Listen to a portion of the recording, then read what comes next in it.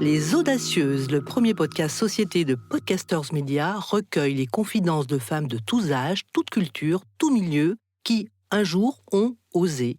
Osé faire sa mue, osé sortir de sa zone de confort, osé faire bouger les lignes pour soi et les autres, entreprendre ici ou ailleurs, créer, transmettre. Ces femmes audacieuses, je les invite à mon micro. Je suis Carole Renucci, journaliste, et pour moi aussi, l'audace est un carburant. J'ai été enseignante à la campagne, dans les banlieues, dans le 20e arrondissement de Paris, puis rédactrice en chef d'Enfants Magazine, avant de devenir directrice de Notre Temps, le premier magazine français, avec ses 5 millions de lecteurs. Aujourd'hui, je suis présidente et cofondatrice de Podcasters Media. J'anime le podcast Les Audacieuses et je suis très fière de vous retrouver tous les 15 jours pour une nouvelle vie et un nouveau défi.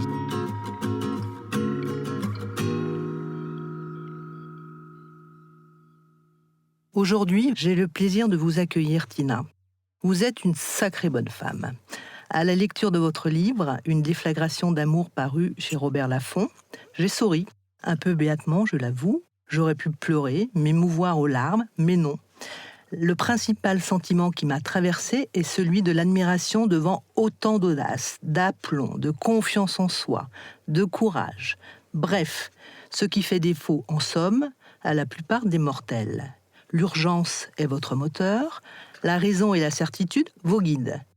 Le cœur bouscule tout assaut d'un éventuel sentiment d'illégitimité. Oui, le cœur, ne l'oublions pas, vous en avez un et il est énorme.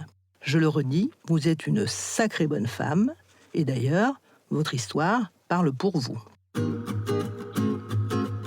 En 2005, vous avez fondé l'association Toutes à l'école, qui scolarise aujourd'hui 1400 petites et jeunes filles sur son campus à Pichandara, au Cambodge. D'abord journaliste à Cosmopolitan, vous avez créé le magazine DS et dirigé pendant 10 ans le journal Marie-Claire. Vous avez aussi été scénariste et animatrice productrice pour la télé. Vous avez donc écrit ce magnifique livre. Et puis, ne l'oublions pas, vous êtes maman de 5 enfants.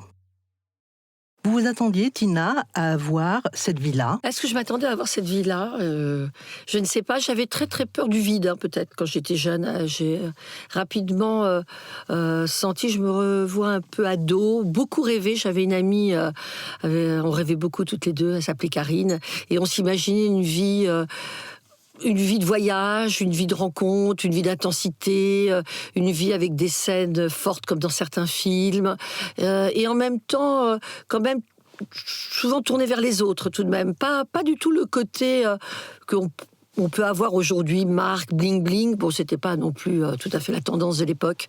Quand même quelque chose où on essaie de réparer. Enfin, j'ai toujours été dans une idée de réparation. Vous avez grandi où? J'ai grandi en banlieue parisienne, à part les 2 premières années de ma vie à la Martinique. J'ai grandi à Herblay dans le 95, après à Saint-Nom-la-Bretèche. Voilà, donc je suis de la banlieue plutôt tranquille. Voilà, et puis après je suis partie très tôt de chez mes parents.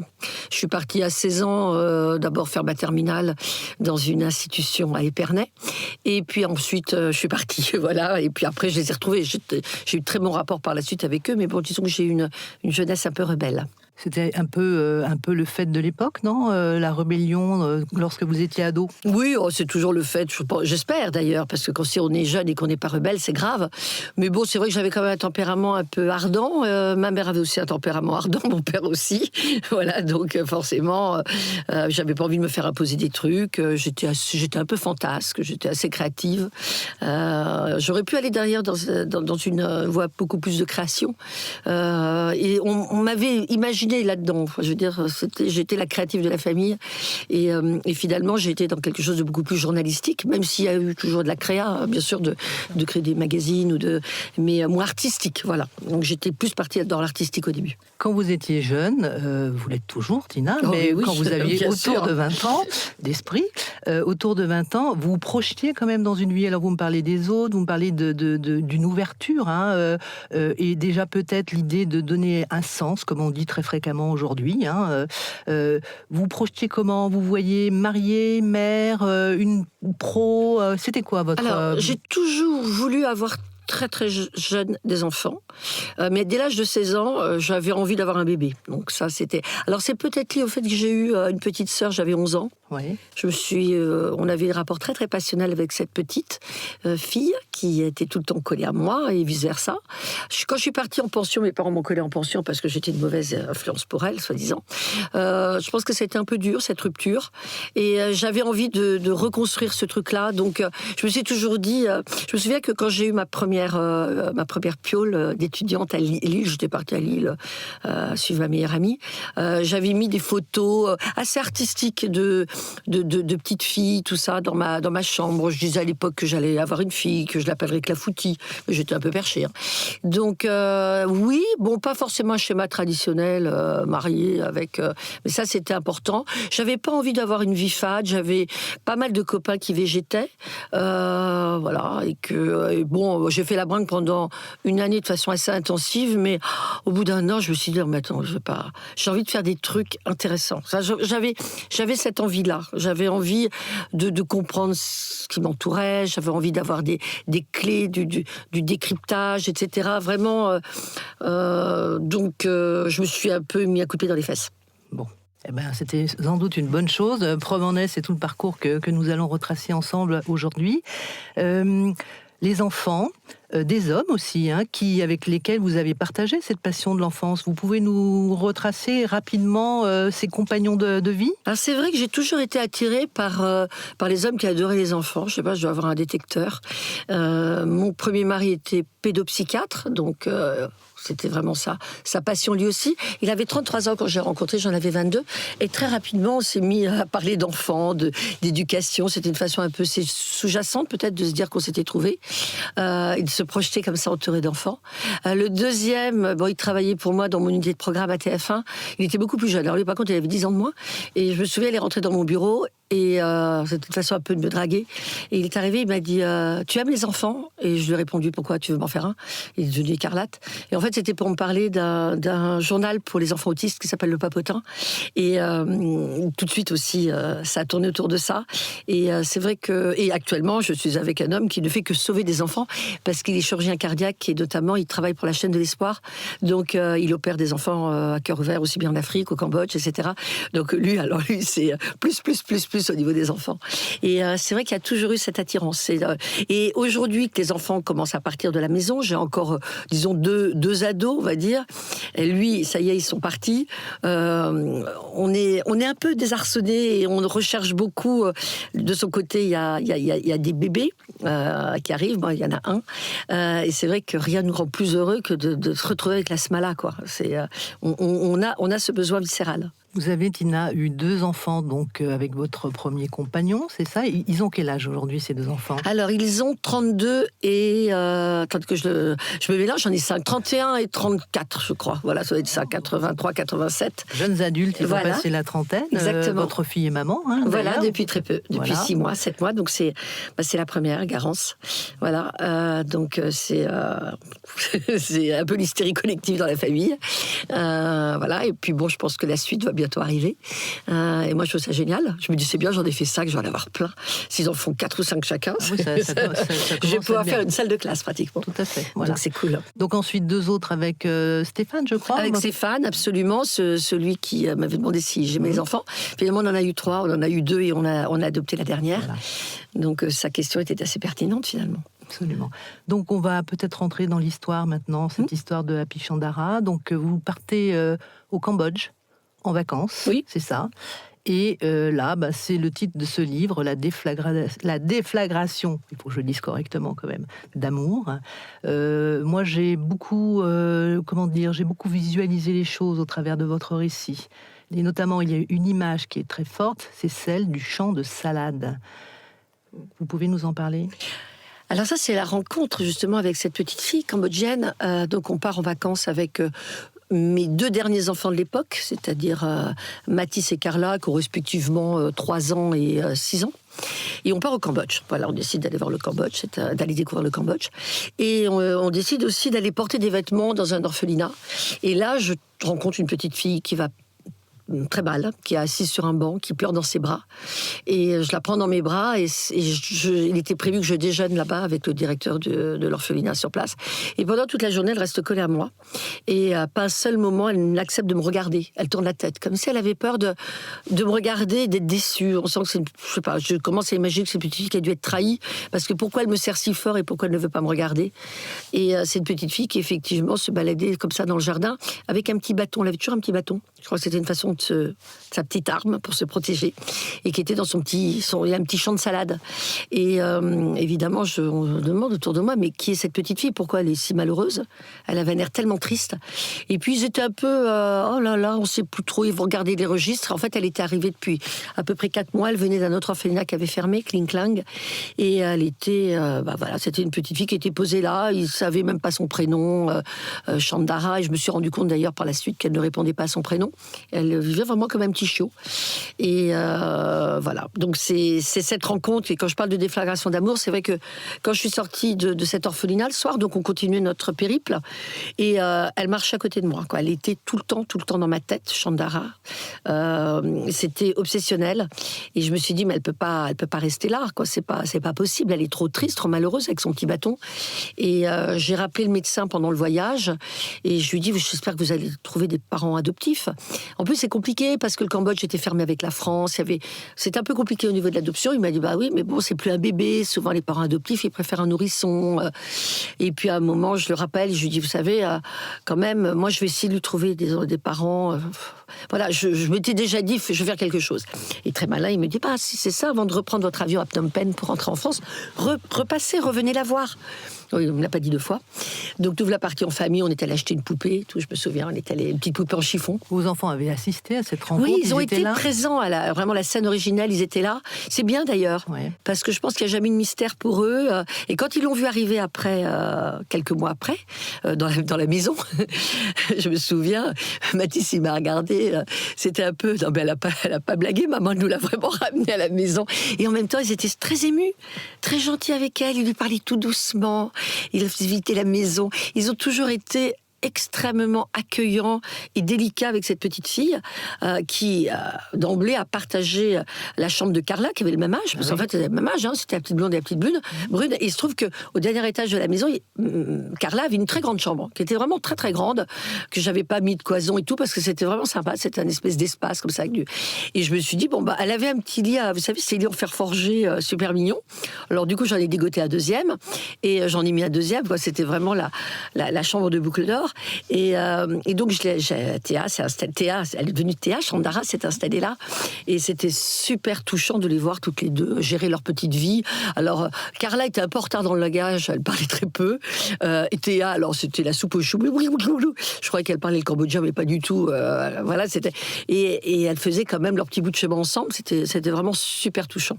Alors vous racontez dans votre livre comment vous avez réussi à amener cette petite fille chez vous en France, malgré effectivement, comme vous l'avez dit, un arrêt de l'adoption, hein, et puis par quelles difficultés administratives vous avez dû passer.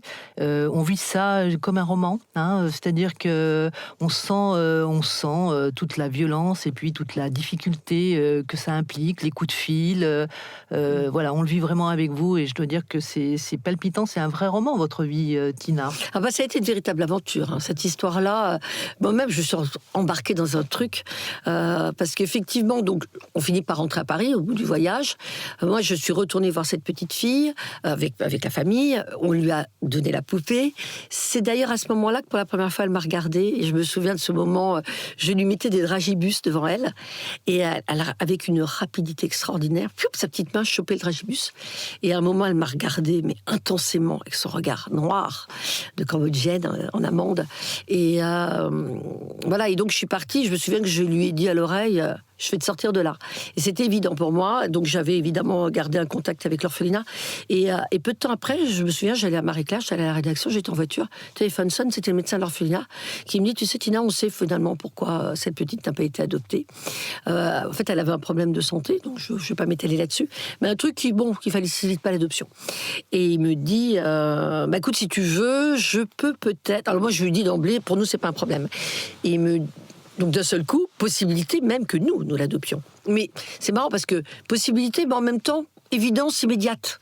C'est-à-dire qu'il n'y a même pas à se demander si. C'est pour ça, quand je parle de déflagration d'amour, c'est vrai que quand j'ai rencontré cette petite fille, je suis partie de cette orphelinat, cette petite... C'est bizarre de dire ça, mais je l'aimais autant que mes 4 autres enfants. Il s'était passé un truc qui relève de la déflagration, qui fait que c'était une évidence. Et c'était tellement une évidence que tout s'est mis en... Je parle d'alignement des planètes beaucoup dans ce livre, parce qu'il y a eu en permanence des alignements de planètes. On avait l'impression que tout était préécrit et tout se mettait en scène pour que ça avance comme ça. Et donc, quand je suis dans ma voiture, que je vais à Marie-Claire et que j'ai ce coup de fil et qu'il me dit ça, il me dit, écoute, si tu veux, je vais essayer de lui obtenir un visa par l'ambassade de France, un visa médical de 6 mois, pour la faire voir en France. Et puis, voilà, tu te démerdes, en gros, ça voulait dire. Parce qu'il faut savoir qu'en France, je pense que c'est toujours le cas, mais à l'époque, un enfant qui n'a pas de parents et qui est sur le français ne peut pas être expulsé. Et donc, voilà comment, quelques mois après, ce qui est un record, parce que quand on voit les aléas, la difficulté d'adopter, donc j'ai rencontré cette petite fille en janvier 2005, et donc en février, je repars la chercher avec ce médecin, et je reste donc une semaine à Phnom Penh avec elle. Je vais la chercher à l'orphelinat, donc évidemment c'était un moment très très intense. Et là aussi, alignement des planètes, je rencontre une Cambodgienne je lui dis, à ce moment-là vient comme une évidence, je me dis, je vais pas laisser comme ça le Cambodge derrière moi. Je vais pas laisser toutes ces petites filles. Il y avait beaucoup de petites filles qui faisaient la manche sur les trottoirs, des petites en haillons avec les nouveau-nés qui la tête qui brinque-balle dans les bras. Enfin, ça a beaucoup amélioré le Cambodge depuis, mais c'est vrai qu'à l'époque c'était vraiment dur de voir tout ça. Surtout quand vous avez réussi à en sortir une. Puis je me souviens, je lui avais acheté des petits habits en Liberty, je lui avais coupé les cheveux, je lui avais coupé les ongles parce qu'elle avait des petits ongles tout fourchus, vous voyez. Et puis je me baladais avec elle dans les rues de Phnom Penh. Et puis je la tenais au bout de ma main, et puis je voyais ces petites filles à côté. Puis je voyais bien qu'elle allait les regarder aussi. Elle était passée de l'autre côté. Et je me dis, c'est pas possible, tu peux pas faire ça, quoi. Et j'en parle à cette personne, et je lui dis, en fait, l'idéal ici, il faudrait bâtir une école pour les petites filles. On voit que les petites filles, quand même, à l'époque, c'était plus difficile pour aller à l'école que les garçons. Il y avait encore un vrai problème de prostitution de petites filles, etc. Et je dis, l'idéal, ça serait de faire une école pour les filles. Et elle me dit, tu sais, il se trouve que je viens d'acheter un terrain près de Phnom Penh qui fait 6 000 m². Si tu fais une école, je te prête la moitié, 3 000 m². Et puis si ça marche, tu me rembourseras. C'est quand même dingue. Vous vous rendez compte ? Je ne savais pas que j'avais jamais foutu les pieds au Cambodge 5-6 mois avant. Et donc je rentre à Paris avec ma petite accrochée, évidemment le petit koala habituel accroché à mon cou, où il y avait un peu de l'odeur en gaz avec le père, celui qui est devenu le père, donc il est pas venu, enfin bref, c'était un peu compliqué, mais bon, c'était aussi bien que ça se fasse dans la sérénité. Et donc, je rentre à Paris avec ma petite, et dans ma tête, l'école. Et j'arrive à la rédaction de Marie-Claire, je me souviens, on avait conférence de rédaction comme chaque semaine, et je dis, on va s'engager dans un truc. On va s'engager, parce que Marie-Claire, comme journal plutôt engagé, militant, l'éducation des filles dans le monde, de toute façon, c'est le levier important pour faire avancer les choses. Et puis à l'époque, on en parlait beaucoup moins qu'aujourd'hui. C'était vraiment, en plus, c'était la très très bonne idée sur un plan journalistique. Ça n'avait rien d'aberrant que Marie-Claire s'engage dans cette cause constructive, positive. On nous disait toujours qu'on était le journal des femmes battues. L'actualité nous montre aujourd'hui qu'il y avait quand même beaucoup de cohérence d'en parler souvent. Mais c'est vrai qu'on nous reprochait parfois quelque chose d'un peu misérabiliste. Et là, c'était une façon de ne pas être misérabiliste, parce que l'éducation, c'est joyeux, c'est rayonnant, c'est constructif, et en même temps, ça répare. Donc, j'ai eu l'adhésion tout de suite de mes journalistes dès que je leur ai parlé de ça.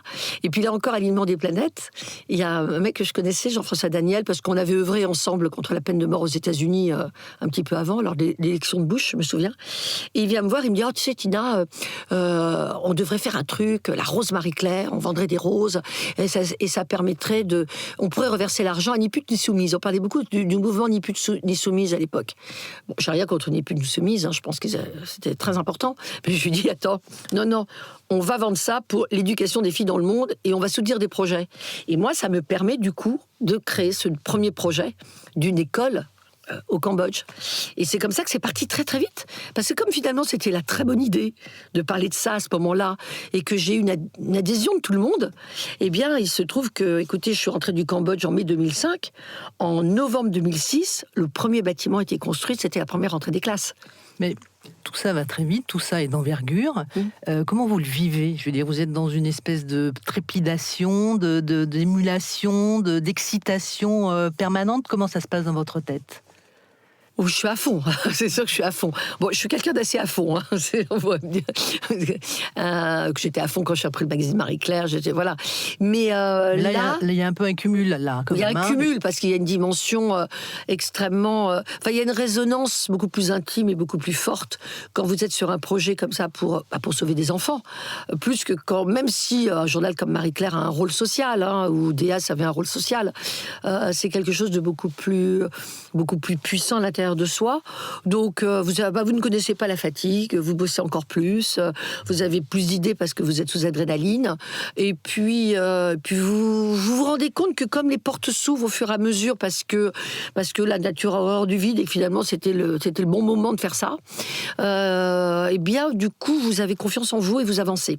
Et puis aussi le fait d'avoir ma petite à la maison, c'était ma piqûre de rappel au quotidien, quoi. Je sais que je rentrais le soir, elle était là, le matin j'étais là, donc je montais au front, et en ayant ma petite piqûre de rappel. Alors, l'ensemble de votre entourage, on va dire ça comme ça, pour faire un peu large, vous avez d'autres enfants, il y a cette petite fille, donc vos 5 enfants, votre conjoint, peut-être à l'époque, votre compagnon, je ne sais plus où on en est très bien, s'il est parti. On s'est marié exprès pour... voilà, quand j'étais la chercher, on s'est marié à fond la caisse, parce que je savais qu'après, comme on avait fait une procédure d'adoption, et en France, maintenant, il faut être marié pour adopter, donc même si notre couple battait de l'aile, et pour ça, je reconnais que là-dessus, il a toujours été entièrement... Je veux dire, son amour pour les enfants ne s'est jamais démenti.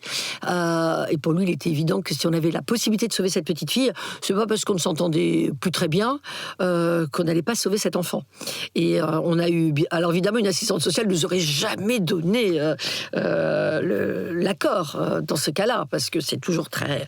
Mais bon, heureusement qu'on l'a fait, parce que cette petite, elle a complètement changé de vie. Elle est devenue petite fille extrêmement heureuse, et puis l'école, etc. Donc je pense qu'on a eu tout à fait raison d'y aller quand même. Alors, vous êtes extrêmement moteur, si on peut dire ça comme ça, pleine d'énergie, pleine d'idées, il y a des portes qui s'ouvrent et on ne peut pas les refermer évidemment, on doit foncer. Votre entourage, il vit ça comment? Vos enfants, quel est votre sentiment pendant cette période? Je pense qu'ils le vivent à fond. Alors après, c'est vrai qu'ils m'ont reproché d'être un peu trop prise par l'école. Ouais. C'est vrai que cette école, c'est extraordinairement chronophage de s'occuper d'une ONG comme toutes à l'école. Donc ça, ils me l'ont un peu reproché parfois. Et en même temps, c'est difficile pour eux de me reprocher quelque chose qui fait du bien. C'est un peu compliqué pour eux. Bien sûr. Mais là, sur toute cette période-là, non, je pense qu'ils étaient à fond. Les grands, d'abord, ils étaient plus grands, donc ils avaient quand même beaucoup moins besoin de moi. Hein. Ils étaient quand même déjà dans une vie autonome. Ils trouvaient, en plus, c'est plutôt des gamins engagés, parce que le premier papa pédopsychiatre qui a fondé un gros truc pour les sans-abri à Pantin qui s'appelle le Refuge. Donc quelqu'un de très engagé. Donc ils ont grandi quand même dans cet esprit-là. Donc pour eux, ça... Il n'y avait pas de problème. Ça faisait partie du quotidien, c'était comme ça. Oui, c'était assez banal presque. Et une petite question au passage, fiers de leur maman? Oui, je pense. Oui. Oui, évidemment, parce que ils savent qu'on vit dans un monde terrible, et ils voient que quand même, on essaye d'arranger les choses et qu'on y met d'énergie. Donc, il y a de la fierté, puis en même temps, il y a aussi parfois peut-être un petit peu de jalousie, parce que je dis quand même, maman, c'est vrai, et moi-même, je me dis de temps en temps, attends, c'est bien de sauver les petits-enfants là-bas, mais il y a aussi les miens à la maison, oui. Quoi. Et c'est vrai que je leur prends du temps que je donne là-bas. Donc ça, c'est pas toujours très simple. Mais bon, c'est vrai avec plein de métiers, en même temps. Oui, il n'y a rien de nouveau là-dedans. Alors, il y a un sujet sur lequel on est peut-être passé un peu vite, c'est celui de l'adoption. On a déjà 4 enfants, c'est déjà pas mal, 2 plus 2. Oui, j'en avais 2 qui étaient plus grands, donc oui, c'est plus facile quand même. Il y avait un petit décalage. Donc. Et donc, cette adoption se concrétise. Alors, j'ai lu des très jolis propos sur votre maman. Vous dites qu'elle est un petit peu inquiète quand même à un moment donné. Elle se dit, mais pourquoi finalement ce 5e enfant? Et puis, vous vous repensez un petit peu à votre enfance, à votre vie, et vous vous rendez compte que votre maman a aussi, à un moment donné, envisagé l'adoption.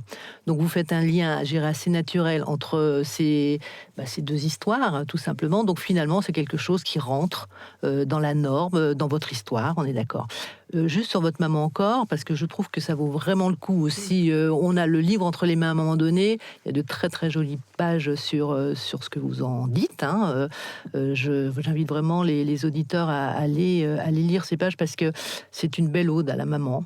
Et vraiment, c'est très très bien écrit. Je ne sais pas si on vous l'a dit, mais votre livre est remarquablement bien écrit. Ben, ça me fait plaisir. Faut le dire C'est un métier que j'avais un peu oublié finalement, l'écriture, j'avais mis de côté. On y retrouve toute votre énergie, votre dynamisme. Et c'est vrai que vous faites tellement de choses et qu'on a tellement de choses à dire sur Tina Kiefer qu'on en oublie peut-être un peu aussi l'action d'écriture. Et donc, je le dis, c'est superbement écrit. On revient au sujet de l'école. Donc, vous démarrez cette histoire, c'est le début des années 2000 ? L'école, c'est 2006, 7 novembre 2006, l'ouverture.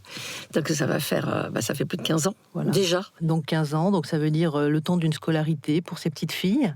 C'est ça. Oui, alors ce qui est incroyable, mais ça c'est vraiment dingue, c'est que la première année, donc 92 petites filles issues des bidonvilles qui arrivent, vous imaginez la rentrée des classes, elles se tiennent main par la main, on leur a mis leur uniforme, et aujourd'hui, eh bien, elles ont passé le bac il y a 2 ans. On a eu depuis une autre promotion qui a passé le bac. Alors c'est une école qui est un peu particulière, on dirait, je pourrais appeler ça une école d'excellence pour enfants pauvres. C'est un concept qui marche très bien, visiblement, puisqu'on a eu 100% d'admission au bac la première et la deuxième année, ces 2 années. Et aujourd'hui, on a près de 200 jeunes filles qui sont à l'université. Et c'est vrai qu'à l'époque, je n'aurais jamais imaginé que ces petites filles, vu les conditions de vie, vu les parents souvent analphabètes, il faut savoir qu'on n'oublie pas les Khmers rouges, toute cette période-là, beaucoup de mères sont analphabètes, eh bien, qu'elles iraient jusqu'à la fac. On pensait, d'ailleurs, on avait anticipé de la formation pro à partir de la 3e, on pensait qu'on aurait beaucoup de décrochage, mais pas du tout, parce qu'en fait, ces gamins, ils n'ont pas envie de retourner d'où ils viennent, et ils ont une énergie, une volonté d'apprendre qui est géniale. Et toujours avec le sourire, ils sont heureux d'être là, ils sont heureux de bosser, et évidemment, des gamins qui travaillent comme ça, avec plus des bons professeurs, plus un programme costaud, eh bien, aujourd'hui, on en a près de 200 à l'université. Donc ça fait vraiment plaisir. Bien sûr, bravo, c'est magnifique. Comment vous avez structuré cette école ? Vous avez eu un projet pédagogique particulier par rapport aux autres écoles relevant d'autres ONG ou d'ONG, tout simplement ? Alors, en fait, on a créé un peu un modèle. On a bâti les choses en avançant. Et je pense que d'ailleurs, si cette école a donné ces résultats-là, c'est parce qu'on n'était pas sur un truc complètement copier-coller. Il fallait pas, parce qu'on était dans un contexte particulier, des petites filles très pauvres, que des petites filles, donc on était dans la non-mixité, et avec quand même une idée de départ qui était, on va pas simplement leur apprendre à lire et écrire, on va leur donner la meilleure des instructions et on va leur donner des valeurs. Ça, c'est quelque chose, d'emblée, j'ai voulu mettre en place ce que j'appelais les cours de valeurs ou d'ouverture sur le monde, on appelle ça les cours d'OSM. Alors, pas la première année parce qu'elles sont encore petites, etc. Mais très rapidement, elles ont eu des cours sur la tolérance, sur l'égalité. Elles savent toutes qui est Malala, le prix Nobel de la paix. Elles ont une culture assez énorme là-dessus. Et parce que notre idée, c'est pas en faire des femmes qui vont faire du business, parce que c'est vrai que l'Asie d'aujourd'hui, il y a beaucoup de business, il y a beaucoup de... c'était d'en faire des femmes qui auraient un rôle à jouer dans le Cambodge de demain. Enfin, maintenant c'est le Cambodge aujourd'hui, qui évidemment pas forcément dans le sacrifice. L'idée aussi, c'est qu'elles aient une vie heureuse, qu'elles aident leur famille, mais qu'elles pensent pas à faire du pognon et à s'expatrier. Là, ça aurait été un peu, vraiment, ce serait défoncé. On aurait été un peu déçus du résultat. Et donc, l'idée, c'était d'aller vers ça. Donc, c'est un schéma un peu particulier. Et donc, on l'a bâti au fur et à mesure, avec une idéologie qui était la nôtre. Et petit à petit, on a vu que ces gamines, ça leur réussissait. Mais à chaque fois, on reprend le travail. On réfléchit. Là, par exemple, on est vraiment en train de développer tout un programme, les filles et les sciences, pour qu'il y en ait plus dans les filières scientifiques. Donc, à chaque fois, on est obligé de se réadapter à la réalité du pays aussi, qui est en mutation permanente. Le Cambodge, ça bouge tout le temps. Donc, c'est là où je crois que le fait d'être journaliste m'a beaucoup servi aussi, parce que vous êtes obligé de tout le temps étudier ce qui se passe autour, de faire de l'investigation, pour être en réponse, pour que ces gamines trouvent leur place dans le Cambodge qui bouge, puissent avoir un rôle utile. Sinon, vous vous plantez.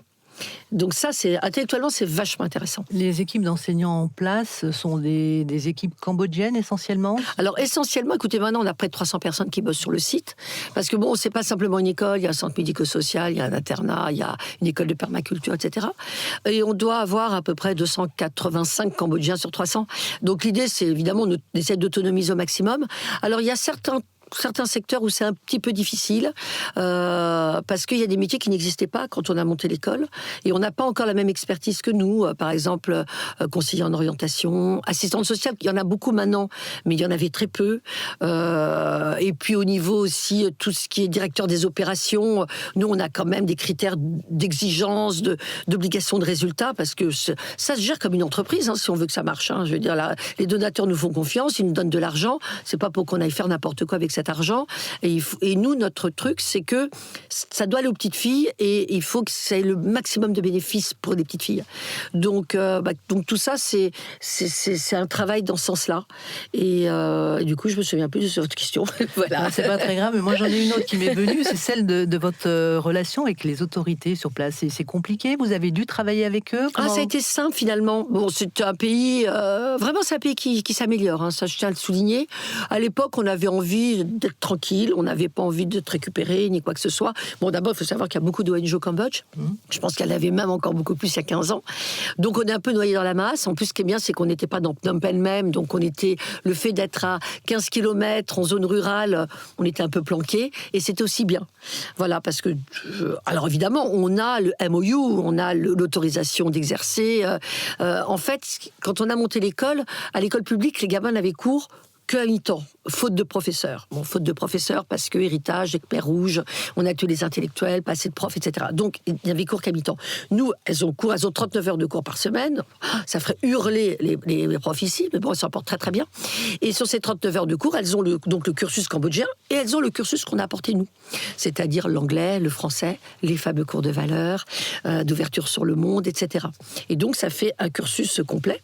Et on a donc l'autorisation du gouvernement pour la partie cambodgienne, donc qui fait qu'on est reconnu comme une école cambodgienne et on fait le reste.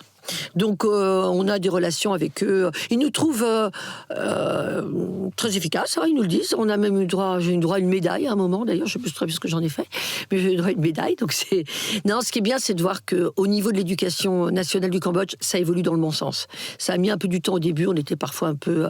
et là, vraiment... et d'ailleurs, on commence à avoir des relations maintenant avec même le ministre lui-même qui... s'inspire un peu de nos méthodes dans les écoles du Cambodge, et ça nous fait plaisir. Les résultats, parce qu'il y a des jeunes filles qui, ça y est, aujourd'hui sont sans doute ont plongé dans la vie professionnelle. Vous avez des exemples à nous citer? Alors écoutez, non, elles sont à la fac, c'est ça qui est incroyable. Mais on en a plusieurs qui sont par exemple à l'Institut technologique du Cambodge, qui est quand même une école d'ingénieurs excellente. On en a qui font des relations internationales. Enfin, elles sont épatantes, quoi. Elles sont absolument épatantes. Et moi, je peux faire la différence parce que j'ai des ados ici. Et je vois la différence de motivation. Comme quoi, vous pouvez être professionnellement, parce que c'est reste quand même... il faut être très professionnel. Quand vous êtes dans une... Je n'élève pas mes enfants là-bas, j'ai une casquette, il faut être très professionnel, efficace. Et puis finalement, bon, attendez, il ne faut pas exagérer, mes enfants ne sont pas en échec scolaire. Mais j'aimerais qu'ils aient le 10e de la détermination de mes gamines là-bas. C'est incroyable, incroyable. Donc aujourd'hui, elles sont à l'université, elles bossent, elles sont très volontaires. Donc on a bâti un foyer d'étudiantes dans Phnom Penh, dans le quartier des universités, parce que bien sûr, on ne va pas les lâcher dans la nature dès qu'elles ont le bac, où elles continuent à avoir des cours d'ouverture sur le monde. Et là, je suis en train de mettre en place des ateliers de décryptage de journaux télévisés, c'est-à-dire qu'on leur passe des JT, alors ça peut être aussi bien CNN, BBC, le journal Khmer, et derrière, on fait un débat. Donc c'est une façon pour elles de connaître, de savoir ce qui se passe, parce que vous savez, quand elles sont à l'université, elles se retrouvent avec les gosses de riches là-bas. Oui, mais seulement, elles n'ont pas tout à fait la même famille. Voilà, donc on ne parle pas des mêmes choses à la maison. Il ne faut pas qu'elles aient un décalage. Il faut d'abord, professionnellement, il faut qu'elles soient au courant de tout. Et puis aussi pour se faire accepter à l'université. Donc c'est très important D'ailleurs, là, on va bâtir, on est en train de construire un deuxième foyer parce que elles ont tellement le bac, toutes ces demoiselles, 100%, que du coup, on n'a plus assez de place. Donc, on est en train de travailler là-dessus, sur l'acquisition d'un autre foyer. On ne sait pas encore si on achète un immeuble. Le problème, c'est que ça coûte très cher tout ça. Bon, ça, c'est un autre, mais bon, c'est épuisant. Ou si on le construit sur un terrain qu'on a repéré dans Phnom Penh. Donc, on travaille beaucoup là-dessus en ce moment. Alors, quand vous dites on travaille, c'est une équipe de combien aujourd'hui ? Alors, là-bas, il y a 300 personnes. À Paris, on est 4-5. Je dis 4-5 parce qu'on n'est pas tout à temps plein. Mais j'ai des administratrices aussi qui œuvrent bénévolement, mais qui apportent leur cahier d'adresse, leurs réflexions. On se fait des réunions, on discute. Moi, j'ai besoin de faire ping-pong avec les gens, vous voyez. Donc, à Paris, on est très peu. Là-bas, il y a beaucoup de monde. Alors après, dans l'opération, dans l'organisation même, il y a là-bas 3-4 personnes avec qui on est vraiment en lien continu dans la réflexion même, je dirais, de l'école. Après, le reste, c'est comme une grosse boîte avec un organigramme. Surtout que vous savez, vous êtes en Asie. Alors là-bas, ils sont très hiérarchie. Quand on recrute quelqu'un, il veut savoir où est-ce qu'il est, quel est son N+1, quel est son N+2. Vous voyez, c'est très, très, très structuré, en fait. Alors évidemment, les premières années, c'était beaucoup moins structuré. Et moi, qui n'ai jamais dirigé de boîte, bon, si quand même, ça m'a aidé. J'avais dirigé une unité de programme à TF1, mais j'avais jamais dirigé de boîte. J'en ai appris des trucs. Mais bon, je suis entourée, par exemple, sur tout ce qui est budget prévisionnel, tous ces trucs-là, je suis entourée de gens dont c'est vraiment le métier. D'accord, de vrais techniciens du chiffre. On va dire ça comme ça. Exactement. Donc, c'est quoi l'étape d'après, s'il y a une étape ? Alors, l'étape d'après, nous, le problème qu'on a, c'est qu'on est terriblement aspiré par tout ce qui est fundraising et levée de fonds. Parce qu'évidemment, c'est de plus en plus gros, donc c'est de plus en plus cher. Il faut savoir que là-bas, les salaires augmentent.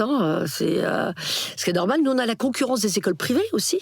Parce que comme il y a l'émergence d'une classe moyenne, et puis il y a aussi des gens qui ont de l'argent en Cambodge, mais bon, voilà. Donc, et que le système éducatif n'est pas au top, il y a plein d'écoles privées. Qu'est-ce qu'ils font ? Les écoles privées cherchent les bons profs. Et les bons profs, il n'y en a pas beaucoup là-bas. Et nous, on les forme. Et donc, on se les fait piquer. Donc, on est obligé d'augmenter les salaires. Donc, on a des tas de problématiques comme ça qui font qu'il faut lever de plus en plus d'argent et que ça nous vampirise. Et que pour l'avenir, c'est même inquiétant parce que bon, moi d'abord, j'ai plus 35 ans. Je suis pas entourée de filles qui ont 35 ans. Et que tout peut arriver. Voilà. D'ailleurs, on a le label du comité de la Charte qui est un organisme très très sérieux, très indépendant en France, et qui permet de voir si vous êtes super transparent au niveau de l'imputation des dons, etc. Et donc, il vous oblige à faire ce qu'on appelle une pyramide des risques. Et c'était très sympa, parce qu'ils avaient mis en haut de la pyramide des risques, disparition de la présidente. Ça fait plaisir. Voilà. Alors, moi, je leur réponds toujours, nul n'est irremplaçable. Mais il est vrai que quand le truc est aussi gros, il faut penser à ses arrières, notamment pour les levées de fonds. Donc nous, le rêve, là, maintenant, c'est plus que rêve, on essaie de se lancer là-dedans, c'est de trouver une fondation qui nous dirait arrêtez de dépenser autant de temps à trouver de l'argent, concentrez-vous sur le terrain et nous, on va financer. Parce que, en plus, quand on voit le résultat d'Happy Chandara, on peut se dire ce modèle, on pourrait le reproduire dans des pays qui ont besoin d'avoir justement des générations de femmes avec qui font bouger le pays. Voilà, donc ça serait bien. Et puis moi, ça me permettrait quand même de me dire, bon voilà, on va toujours être Tina, il y a ceci, Tina, il y a cela, voilà. Donc ça, c'est quelque chose d'important. Comment peut-on vous aider, Tina ? Eh bien, écoutez, on est dans l'association Toutes à l'école, vous savez, on a quand même, là, on vient encore d'inscrire 100 nouvelles petites filles, parce que chaque année, il y a 100 nouvelles petites filles qui arrivent en CP.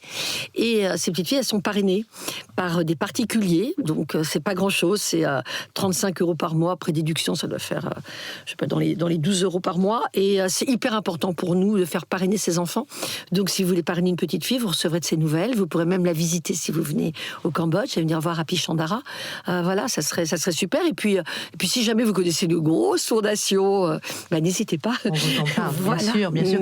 Donc, on va sur votre plateforme, sur votre site. Oui, voilà, www.toutesalecoles.org, bien sûr, vous allez, suffit de taper Toutes à l'école, de toute façon, on nous trouve forcément et on est là, voilà. Bien, merci beaucoup. Je recite le titre de votre ouvrage, Une déflagration d'amour, donc Tina, c'est votre premier livre, c'est ce qui est écrit en 4e de couverture. Moi, j'ose penser qu'il y en aura d'autres, et donc c'est publié chez Robert Laffont. Un grand merci, Tina, et à très bientôt. Merci, je suis très touchée d'être la première. Vous venez d'écouter le premier épisode des Audacieuses de Podcasters Media. Nous espérons que vous avez passé un bon moment. Si c'est le cas, surtout n'hésitez pas à le faire savoir à vos proches. Vous pouvez aussi le dire sur les réseaux sociaux et nous mettre 5 étoiles sur vos plateformes d'écoute et applications préférées. Enfin, écoutez-nous, réécoutez-nous et donnez-nous de vos nouvelles sur notre site www.podcastersmedia.com, onglet Contact. À très vite.